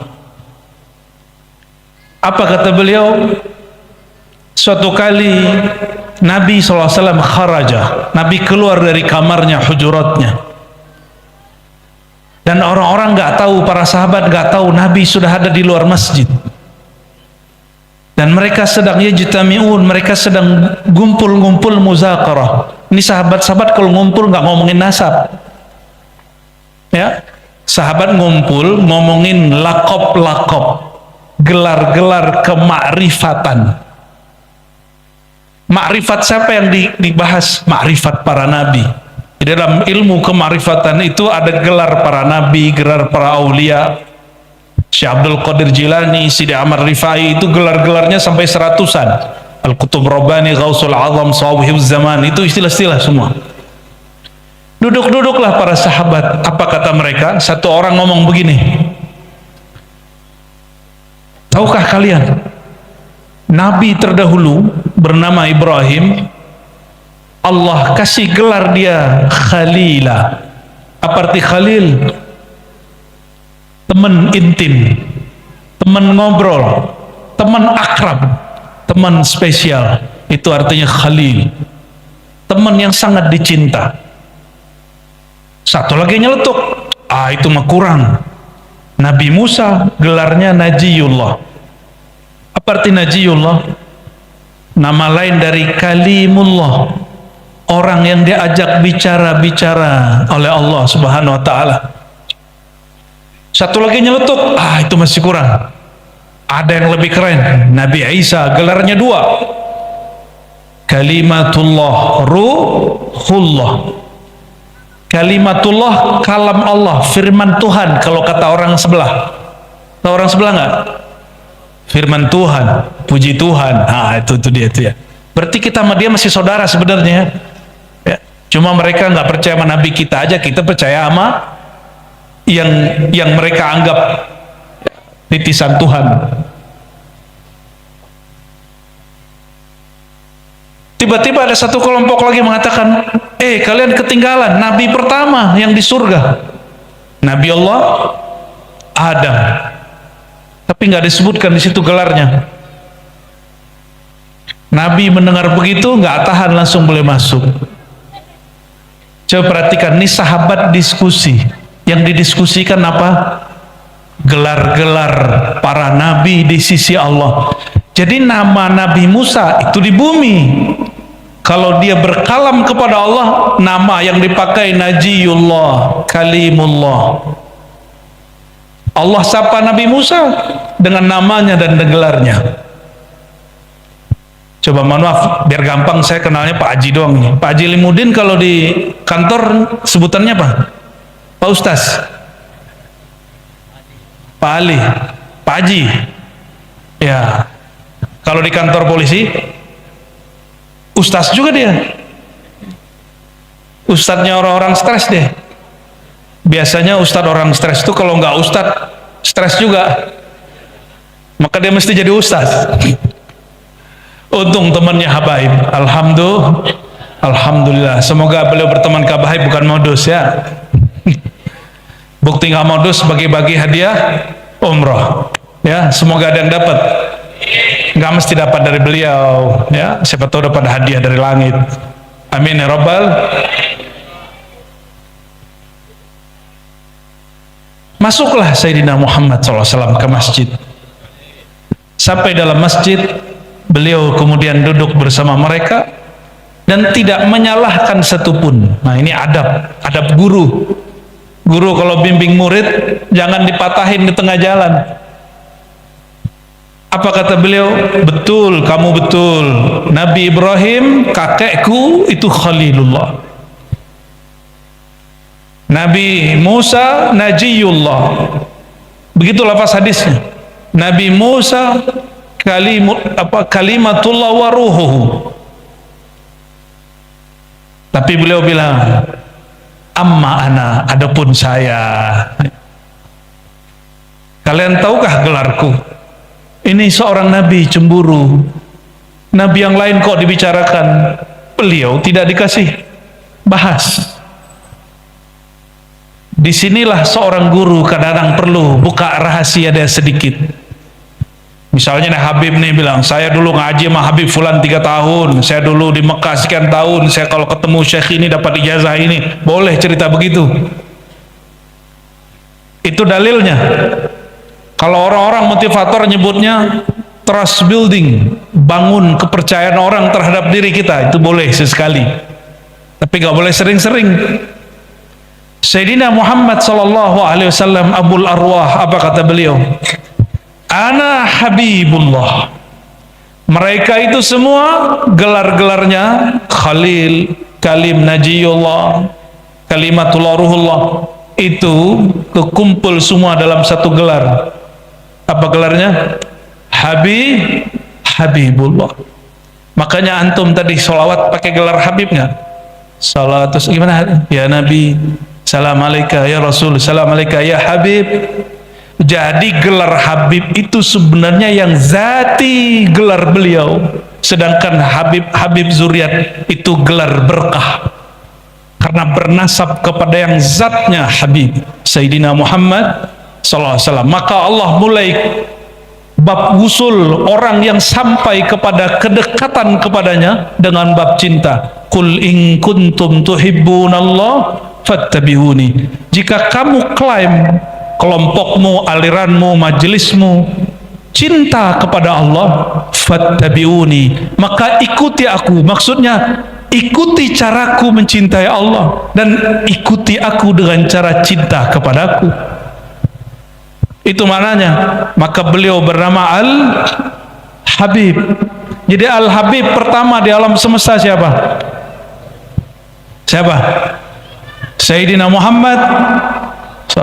Beliau, bukan nabi-nabi yang lain. Kalau di luar negeri, di jiran, para Habib itu kalau lahir belum dapat gelar Habib, biasanya ditulis namanya Sayyid. Benar, Bib? Ya, saya punya guru di Brunei, Sayyid Muhsin bin Ahmad bin Abdurrahman Al-Kaf. Itu yang nyusun Rotib Al-Kaf, ayahandanya. Orang Singapura yang hijrah ke Brunei. Nggak tahu asbab apa, mungkin ada isyarat apa, beliau hijrah ke Brunei. Saya minta ijazah beliau, minta sanad beliau, dan orangnya sangat tawadu sekali. Ya, beliau namanya hanya ditulis Sayyid Muhsin, tapi kalau kami jumpa kami panggil Habibana. Tapi ini Habib bukan Habib Hadrami, Habib Azhari. Habibnya ngajinya di Al-Azhar, tapi lama di Jeddah kepada Al-Habib Abdul Qadir Segaf, lama di situ. Jumpa dengan Syekh Yasin, jumpa dengan Abuya Said Muhammad Alawi Al-Maliki, jumpa dengan, kalau di Mesir itu ada mursyid kabir namanya Saleh Al-Ja'fari, ya, mursyid Tariqah Idrisiyah Ahmadiyah, dan banyak masyayikh. Ya, gelar nama depannya As-Sayyid. Dan seingat saya tahun 2005-2006, kawan saya dulu orang Betawi, seorang Habib, beliau salah satu murid-murid awal Habib Omar di Darul Mustafa. Apa kata beliau? Kami kalau di Yaman yang digelari Habib itu cuma ulama, baru lahir belum dapat gelar Habib. Tapi asbab kalian nih orang Indonesia, orang Hadramaut kalah katanya. Maksudnya apa? Di sono mancung dikit, pakai serban dikit, panggil Habib. Itu asbab santri Indonesia. Jadi ternyata orang Indonesia ini berpengaruh juga di Hadramaut. Akhirnya sekarang gelar Habib itu agak turun dikit gelarnya. Tadinya cuma untuk ulama wali Allah, sekarang baru lahir dapat marga dikit, panggil, ya nggak apa-apa. Kalau bagi saya itu kemajuan. Berarti orang Indonesia kenal zuriat Nabi Muhammad. Tapi bagi habaib itu ujian, ya, ujian. Ya, beliau-beliau lebih paham lah daripada kami. Kalau masih kecil udah dihabib-habibin orang, pasti dia akan sombong. Benar Habib, saya jumpa yang begitu. Ya, apa kata dia? Kan juga ada zuriat Nabi di Indonesia, jalur Syarif Hidatullah, betul nggak? Itu ada seorang Habib di salah satu wilayah di Jawa Barat. Kata teman kita yang Habib ini, apa kata dia? Wah, itu dajjal itu. Masa dia ngaku Habib? Setahu saya dia nggak ngaku Habib, dia cuma bilang saya Sayyid Syarif. Saya bukan Habib, tapi dituduh dia seorang Habib. Didajjal-dajjalin. Jadi ternyata perang nasab ini sudah lama juga ya. Tapi kita nggak mau masuk. Kita ingin fa'aslihu baina akhwaikum. Semoga Allah nanti kirim orang yang mengislah. Amin ya rabbal. Kalau nggak ada kita tunggu aja imam akhir zaman yang mengislah ya. Al-Imam Al-Mahdi, yang bukan urusan kita lah itu. Apa maksud kisah tadi? Para sahabat nongkrongnya ngaji makrifat. Nongkrongnya ngaji. Salah satu topik dalam kajian Ma'rifatullah adalah Alqab Ar-Ruhaniyah, gelar-gelar rohani. Kalau yang bertorikot Qadiriyah, itu Syekh Abdul Qadir Jilani disebutkan ya, beliau itu punya alqab lebih dari 100. Karena dalam kitab Ghunyah bagian risalah tasawuf bagian terakhir beliau mengatakan seorang murid jika dia bersungguh-sungguh kepada Allah diangkat dia menjadi murad. Murid itu orang yang ingin mendekat kepada Allah. Jika dia melewati sisi kediriannya, bisa melewati malesnya, membersihkan hatinya dari iri, dengki, syirik, khafi, maka Allah akan pilih dia. Maka dia diinginkan Allah, bahasa Arabnya murad. Apa bahasa Arab diinginkan Allah? Kalau murid orang yang ingin kepada Allah, kalau murad Allah yang menginginkannya, Allah yang pilih dia. Dan disebutkan dalam kitab Ghunyah, maka Allah akan memberi nama dan gelar dia dengan nama-namanya hanya Allah yang tahu, gelar-gelar hanya Allah yang tahu. Itu bukan berarti hanya Allah yang tahu dalam pengertian orang belajar bahasa Arab. Maksudnya hanya Allah yang tahu berapa banyak nama rohaninya, gelar-gelar rohaninya. Ada yang tahu nama Nabi berapa? Yang sholawat, ente tahu nama Nabi berapa? Ayo pakai mic, jawab. Ente tahu nama Nabi ada berapa? Bingung? Jawab takut salah. Nggak bakalan salahin, kan baru dengar hadis. Nabi nggak nyalahin muridnya kok. Kecuali ente mau debat aneh. Ya bahsul masail kita malam ini. Nabi itu menyebut namanya sebagai contoh kadang 2, 3, kadang 5. Tapi namanya sangat banyak. Satu kali beliau mengatakan, ya, Ana Muhammad, Ana Ahmad, Ana Aqib. Kadang beliau menyebut nama yang lain, Ana Hasyir, Ana Syafi', Ana Musyaffa', macam-macam. Kadang beliau menyebut dirinya Sayyid, Ana Sayyid, Ana Sayyidu waladi Adam, Ana Sayyidu al-Qawmi yawmal qiyamah. Beliau menyebut nama di hadis-hadis yang terpisah. Kadang-kadang namanya pakai jumlah, pakai kalimat panjang. Ana awal. Awal yang mana? Awalu man tunsyaq. Orang yang pertama dibangkitkan waktu semua orang belum dibangkitkan. Ana al-wasilah. Kadang beliau juga berkalam begitu. Nama beliau banyak. Ada yang tahu namanya berapa? Ada orang Banjar kan nih? Banjar. Oke, Banjar. Tahu kitab Dalail Khairat? Ente tahu Dalail Khairat? Karya siapa? Ente nyontek ya. Di situ nama Nabi ada berapa? Ente dapat hadiah ini nanti ya. Oke. Udah ambil sekarang aja deh. Ya, aneh lempar ya, total. Allahumma shalli. Berapa nama Nabi di kitab Dalail Khairat? 200. Bahkan nama kitab itu Dalail Khairat adalah salah satu nama baginda Nabi Muhammad sallallahu alaihi wasallam. Apa nama kitabnya, Pak? Dalailul, apa arti Dalailul Khairat? Dalil-dalil petunjuk-petunjuk kebaikan-kebaikan. Itu nama Sayyidina Muhammad sallallahu alaihi wasallam. Ada namanya Saifullah enggak? Cuma ridanya udah habis. Saifullah itu nama Rasulullah itu. Ada namanya Amrullah. Ada. Nabi itu juga punya nama Sahibul Izar, orang yang suka pakai sarung. Ente yang pakai sarung lagi ngamalin sunnah Nabi. Alhamdulillah. Kalau gamis ada pipa. Nama beliau dalam kitab Dalailul Khairat berapa? Itu di zamannya terkumpul segitu. Imam Jazuli ini pengamal Thariqat Syaziliyah, tapi membuat cabang baru namanya Thariqat Sholawat Jazuliyah Al-Muhammadiyah. Setelah beliau muncul Imam Suyuti menyebutkan nama baginda sallallahu alaihi wasallam lebih dari 700. Tapi baru-baru ini pulang dari haji, pulang dari umroh ya, Al-Fakir ketemu satu kitab ditulis orang-orang Mauritania, nama Nabi SAW yang dia kumpulkan 2000 kurang 5. Berapa? 2000 kurang 5 berarti berapa ribu tuh? 1900. Ente lolos matematikanya.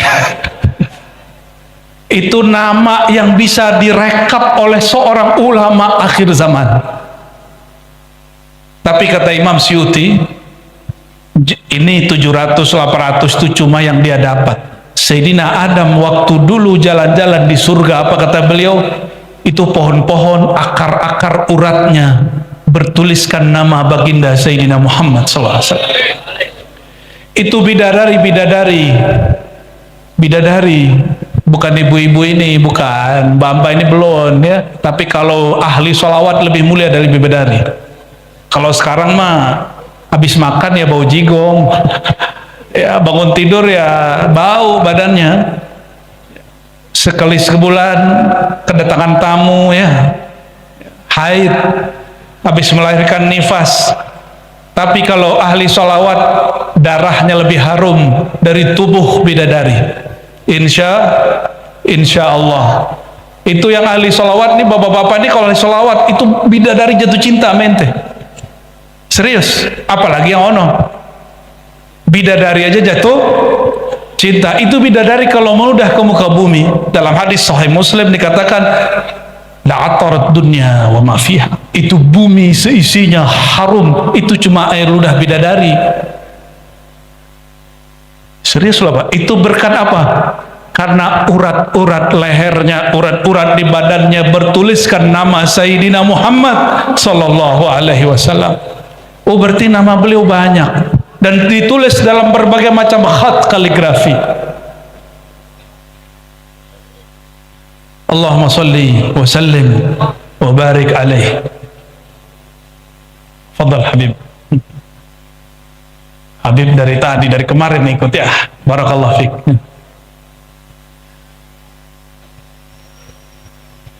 Kalau permulaan Simtuduror ada 3 sholawat, betul?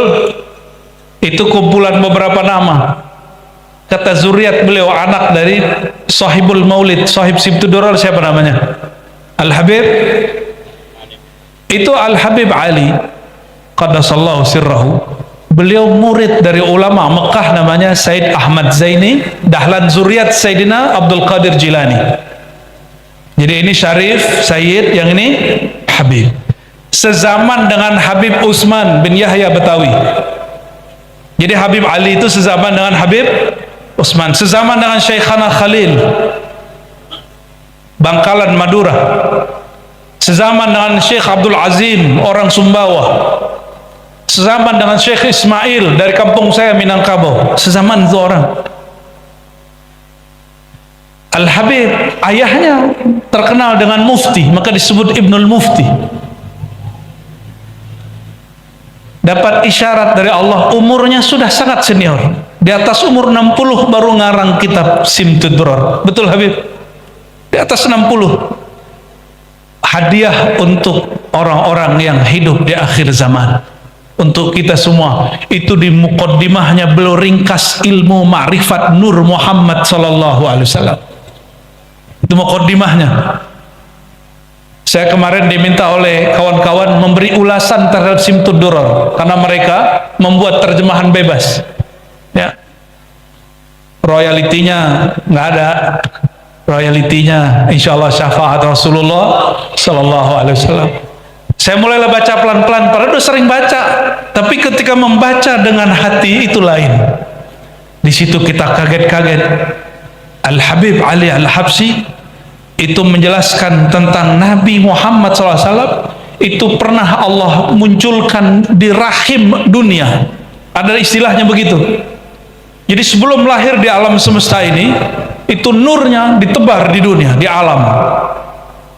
Habis itu baru kemudian diciptakan, ya, diciptakan nur. Nabi Adam belum ada. Saya baru fahamlah cara menjelaskan hadis Nabi di hadis Imam Tirmizi, hadisnya sahih. Ini hadis sahih. Kajian Nur Muhammad itu hadisnya sahih. Cuma ada hadis yang palsu juga. Apa kata beliau ketika ditanya oleh para sahabat? Qala Abu Hurairah, ya. Qalu, para sahabat bertanya, ya Rasulullah, mata kunta nabiyya? Kapan engkau telah diangkat menjadi nabi? Ayo, kapan angkat? Umur berapa? Umur berapa? Ya salam. Ini nggak update ini ya. Ini nggak ikut kajian aneh berarti nih. 40. Astagfirullah. Kayaknya sampaikan ke orang Kemenak, itu buku harus direvisi. Nggak sesuai dengan hadis yang sahih. Hadis yang sahih riwayat Imam Tirmizi, beliau jawab, aku jadi nabi. Wa Adam bainar ruhi wal jasad. Adam belum ada. Masih di alam trans antara ruh dan jasad, belum ditiup ruhnya kepada jasadnya. Beliau sudah diangkat jadi nabi. Maka dalam hadis Imam Al-Baihaqi, Imam Hakim, Imam Abu Nuaim dengan sanad yang sahih, beliau mengatakan, kuntu awwalan nabiyyin. Aku adalah nabi pertama, bukan Nabi Adam, bukan Nabi Nuh. Ada yang bisa melawan hadis ini? Coba yang bikin sejarah kebudayaan Islam itu harus dibenarkan, itu harus dilurusin itu. Kita udah koar-koar begini dari sebelum pandemi, kayaknya nggak ada perubahan. Menteri agama, menteri pendidikannya harus ganti sama agamanya, ya. Tapi yang nulis bukan menteri agama ya. Menteri agama bilang, ya, harus bilang kepada penulis, kalian kaji ulang. Kalau nggak kita cariin orang yang nulis, ya. Kita cariin orang yang nulis, yang ngerti tentang ma'rifat awal nubuwah, pengetahuan tentang awal kenabian. Berarti Nabi Muhammad umurnya udah berapa itu ya? Ada yang sudah tahu umur batu bara di Kaltim? Ada yang tahu nggak? Oh, dicek ada, ketemu. Batu bara Kaltim salah satu batu bara tertua di bumi. Makanya sampai sekarang dikeruk. Udah berapa ganti presiden belum juga habis tuh. Bener nggak? Untung yang ngeruk masih orang Indonesia ya. Coba kayak Papua, habis sudah. Kalau orang Indonesia kan balik-baliknya jadi maulid, ya. Jalannya bagus. Maka kepada yang tukang tambang, ini hati-hati. Zakatnya 20%. Dengerin yang tukang tambang, pengusaha tambang, zakat ente 20%. Sebarkan di majelis-majelis maulid, sebarkan di majelis-majelis pesantren, sebarkan kepada fuqara masakin, bikinin jalan untuk orang-orang yang sedang jalan. 20% itu kok bisa? Kan usaha saya banyak loh. Emang ente pernah bikin batu bara? Kenapa petani cuma 5-10%? Petani itu dia nanam, bener nggak? Dia yang pupuk. Hei, para pengusaha batu bara, pernah nggak ente mupuk batu bara? Pernah nggak? Nggak pernah. Buka lahan, ambil, gitu doang. Ya saya kan ada modal. Iya, modal ente besar, tapi hasilnya kan lebih besar. Itu milik Allah itu. Dan Allah hanya mau jika itu dibagi kepada kekasih-kekasihnya, hamba-hambanya, ya. Maka semoga pemerintah kita ke depan itu buka untuk pribumi lebih banyak yang urus, amin. Jadi walaupun saya mau ketawa, izin tambang dikasih ke ormas, tapi saya senang juga, ya, biar belagu di jalan aja tuh ya, bertarungnya di sana. Coba umur batu bara di Kaltim nih, ada yang tahu? Di Banjar tahu? Info terakhir yang saya dapat, ada satu tempat umurnya 12 juta tahun. Ada yang lebih. Berapa? Umurnya berapa? Berarti bumi kita lebih tua dari Nabi Adam. Nabi Adam yang kita sering bahas. Tapi Nabi Adam ini kan juga banyak. Adam kita itu Adam yang terakhir.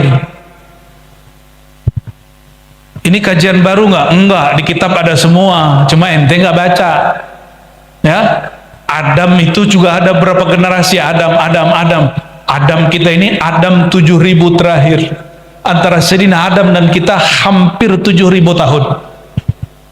Sedangkan bumi Borneo ini, batu bara itu kan dulu fosil-fosil pohon, hewan.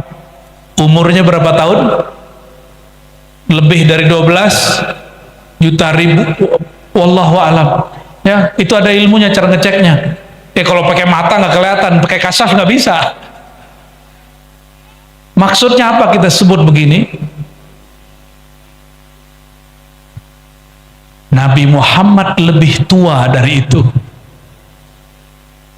Nabi Muhammad sallallahu alaihi wasallam lebih tua dari itu. Maka Maulana Syekh Al-Qutub Rabbani Syekh Abdul Qadir Jilani, yang nama beliau jadi inspirasi daripada Al-Habib Ali, ngasih nama cucunya Al-Habib Abdul Qadir bin Muhammad. Ada yang pernah dengar?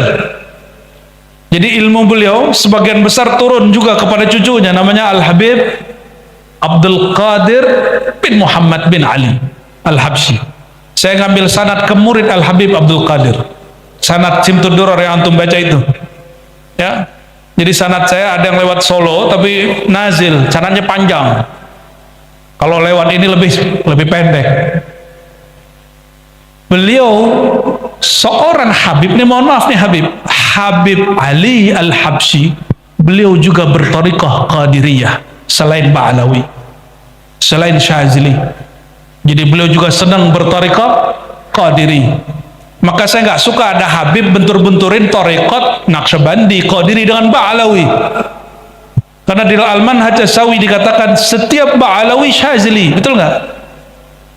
Setiap Ba'alawi, thariqah Ba'alawi Syadzili. Jadi kita nggak usah bentur-benturin, thariqat itu bersaudara. Cuma kalau mazhab ada 4 yang masyhur, kalau thariqah lebih dari 100. Jika di mazhab kita beda cara sholat sama orang beda mazhab, gak ada masalah. Apalagi dalam thariqah. Dalam thariqah akan banyak perbedaan. Cara zikirnya udah beda. Ada zikir, kalau guru saya thariqat Naqsyabandiyah Khalidiyah, haram pak pakai musik. Haram pakai musik kalau sholawat. Bagi dia musik akapela. Tapi saya pernah ngaji sama Ustadz Wahabi dulu, dia bilang akapela itu niru Nasrani katanya. Ya salam, serba salah. Kita nggak mau terjebak di situ. Jadi thariqah, salah satu thariqah yang dipakai pengarang kitab ini apa? Al-Qadiriyah. Kalau di kalangan Sadah Ba'alawiyah mungkin yang masyhur Al-Habib siapa? Faqih Muqaddam, ya, yang lagi rame nih Mi'raj 70 kali gitu ya. Itu bukan. Ya kalau yang nggak paham ya nggak usah debat. Itu ada cara memahaminya. Ada yang salah beritanya, ada juga yang betul. Kalau di kalangan Sadah Sufiyah yang umum selain Ba'alawi, yang lebih masyhur adalah Syekh Abdul Qadir Jilani Qutub Rabbani. Sama-sama Sayyid, cuma satu Sayyid Syarif, satu Sayyid Habib. Syekh Abdul Qadir Jilani dalam ilham yang dia terima, dia berjumpa dengan rohaniah Rasulullah SAW, dan ini disebutkan dalam kitabnya. Allah berkalam, ya, aku ciptakan malaikat min nuril insan. Aku ciptakan malaikat dari nur insan. Insan di situ Nabi Muhammad SAW. Bahkan aku ciptakan semua alam dari nur insan ini, yaitu Nabi Muhammad SAW. Jadi mohon maaf ini tolong diluruskan, ini beberapa kitab-kitab ma'rifat pengarangnya bukan ahli hadis, sehingga yang menyebutkan hadis mimpi dengan hadis itu harus diperjelas.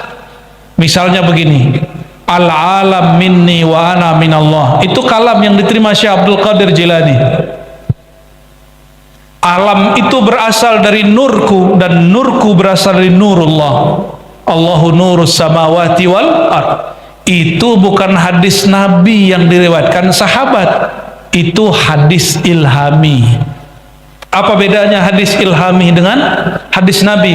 Kalau hadis Nabi semasa beliau hidup dengan fisiknya. Kalau hadis ilham setelah tubuhnya diwafatkan, ruhnya masih berlanjut hidup. Halo? Ruh Nabi masih hidup?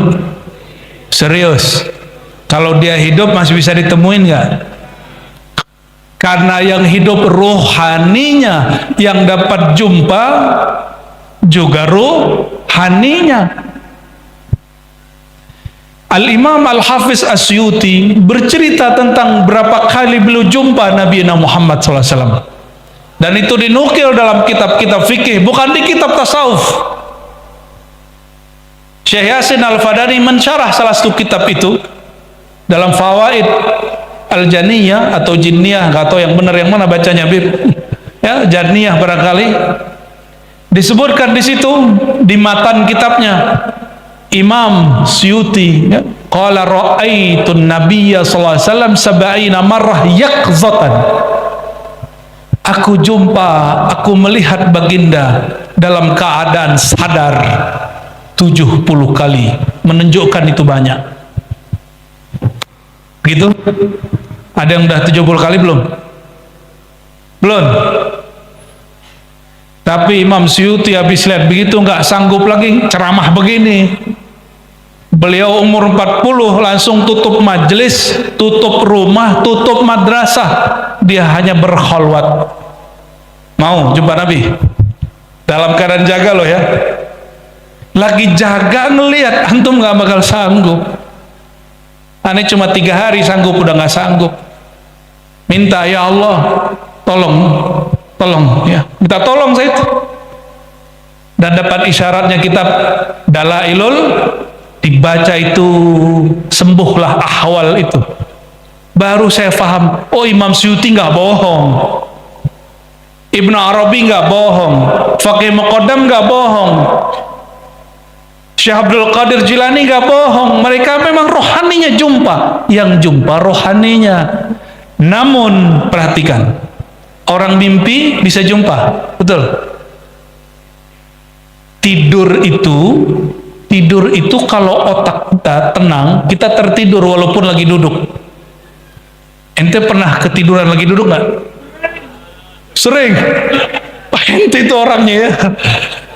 Kalau orang gelisah bisa tidur nggak?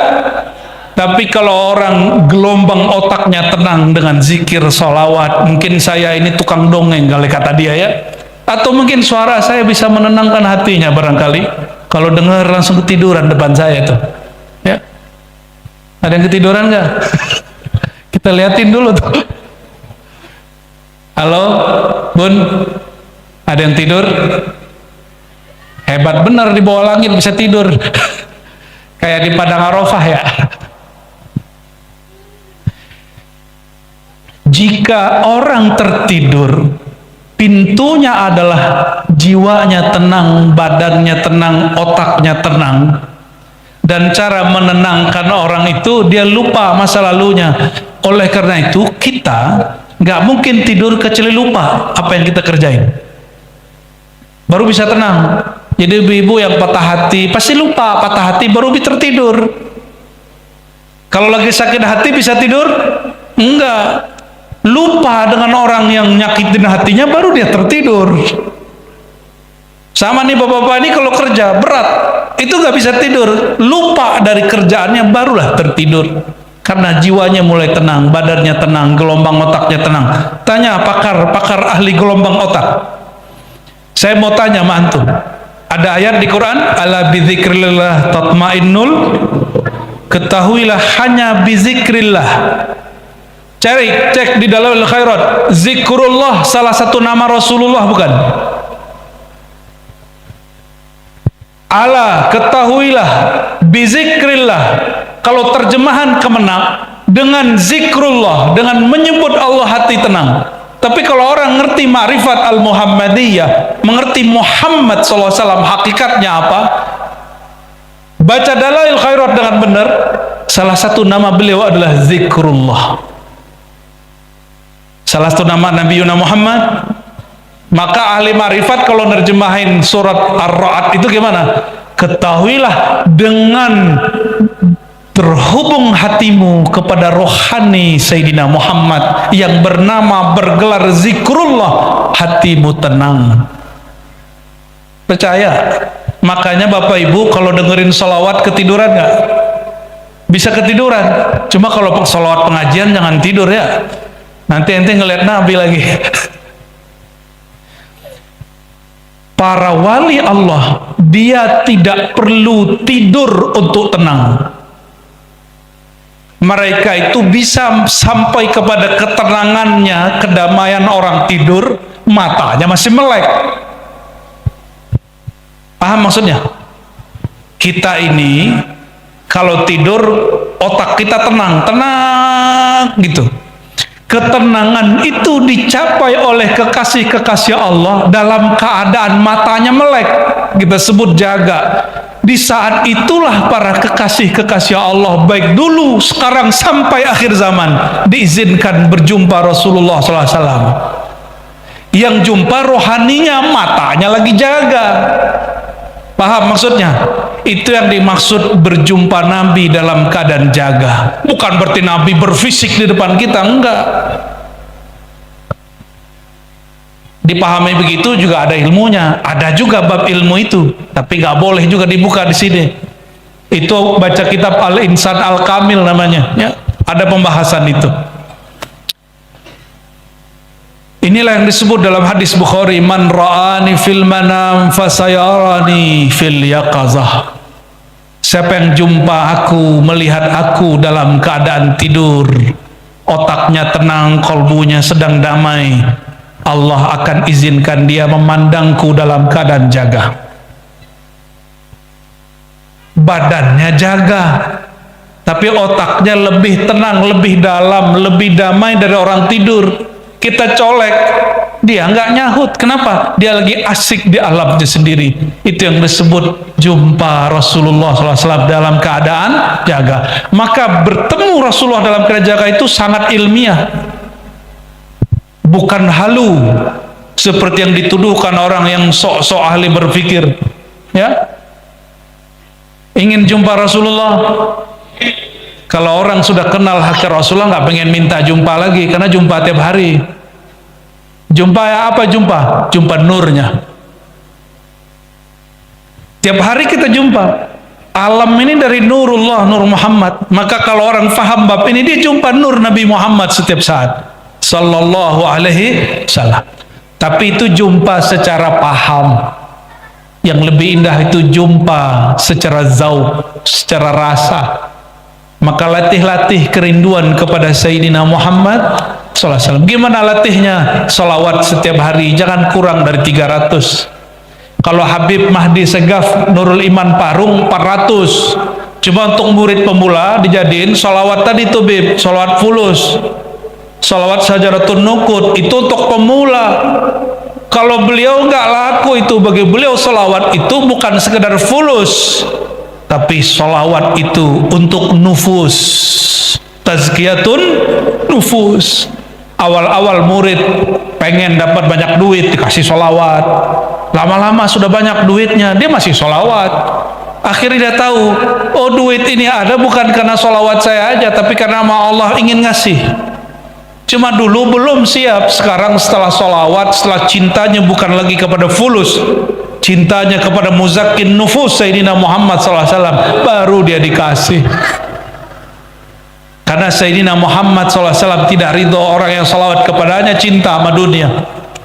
Kata beliau, lal faqra akhsha alaikum, aku tidak takut kalian miskin, yang aku takut kalau dunia meliputi kalian. Ini Pak Haji nih, hati-hati Pak Haji, ngurusin begini pasti fulusnya banyak. Jangan sampai mampus. Mampus bukan bangkrut, bukan. Bangkrut bisa balik. Mampus di situ hubbul fulus. Hubbul, orang yang hubbul fulus, cinta fulus, dia mampus. Bagi Allah mudah datengin harta, itu mudah. Cuma pikiran kita yang susah. Bapak Ibu saudara-saudariku pecinta Allah, perindu Rasulullah SAW, jika demikian Nabi kita ini sudah tua, benar? dulu sebelum lahir sebagai Muhammad bin Abdullah sallallahu alaihi wasallam, beliau sudah nabi. Sekarang setelah 63 tahun beliau wafat 1440. Berapa sekarang? 1446, tambahinlah sama umur nabi. Beliau tetap nabi kita. Benar gak? Sebagaimana dulu sebelum lahir dengan fisiknya beliau seorang nabi, sekarang walaupun fisiknya sudah ditanam beliau masih nabi. Ya, Sayyidina Adam itu diterima taubatnya karena menyebut nama Nabi Muhammad SAW, padahal fisiknya belum lahir, nurnya sudah ada. Maka sama hari ini, siapapun yang pernah merasa ada dosa masa lalu, cara menghapusnya, katakan bihaqi Sayyidina Muhammad SAW, faghfirli, ya Allah, dengan hak Sayyidina Muhammad SAW, dengan nur Sayyidina Muhammad SAW, tolong ampuni aku, tolong beri cahaya kolbuku. Insya Allah, bahkan pasti semua dosanya diampuni, ya. Tapi diampuninya ada syaratnya, disebut taubatun nasuha. Taubatun nasuha itu apa? An-nadamu taubah, mesti nyesel. Orang menyesal nangis atau bangga. Maka ciri-ciri orang yang bertobat, ini syarat rindu Rasulullah, mesti tobat. Yang berkalam Imamuna Syekh Abdul Qadir Jilani, mustahil orang pendosa jika dia tidak tobat untuk dapat merindukan Sayyidina Muhammad SAW. Dan dosa paling besar itu adalah dosa merasa tidak dosa. Merasa tidak punya dosa itu dosa paling besar. Sayyidina Muhammad SAW merasa berdosa nggak? Sayyidina Muhammad merasa berdosa nggak? Ente nggak paham pertanyaan. Aneh kasih dua pertanyaan. Nabi Muhammad berdosa nggak? Nabi Muhammad merasa berdosa nggak?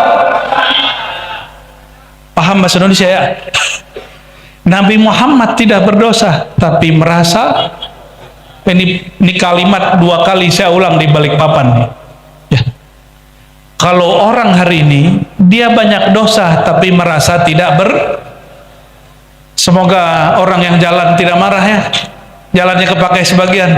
Nanti Pak Haji kalau bikin maulid tulis depan situ, mohon maaf kami sedang maulid gitu ya, biar mereka ridho ya. Kata orang Banjar, mohon apa? Mohon ridho, mohon halal. Bapak Ibu saudaraku, barangkali itu yang dapat Al-Fakir sampaikan.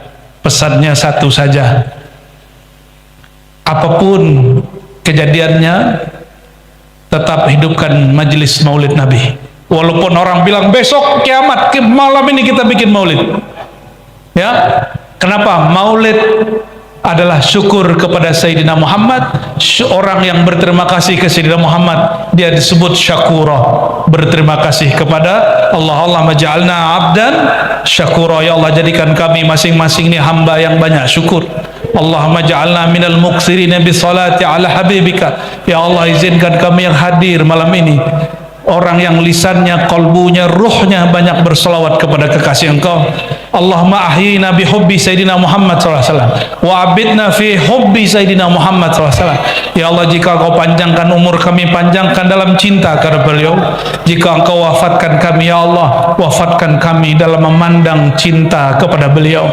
Allahumma syfa' lana, Allahumma syfa' lana, isfa' lana fid darain, amin ya rabbal alamin, bihaqqi